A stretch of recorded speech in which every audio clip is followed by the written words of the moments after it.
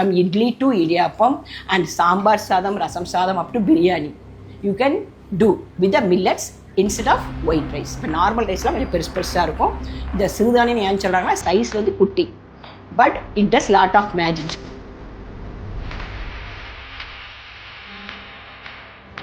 Hi, I'm Adishwari.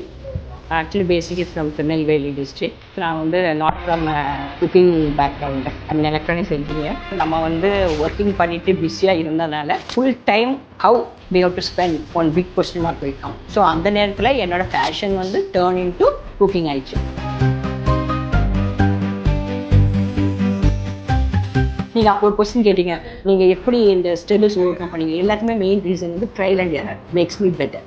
அப்போ வந்து இப்போ இருக்கிற மாதிரி மில்லட்டை பற்றி ஒரு அவேர்னஸோ, மில்லட்டை பற்றி எப்படி குக் பண்ணணும், மில்லட்ஸ்னால் என்னங்கிறது யாருக்குமே தெரியாது.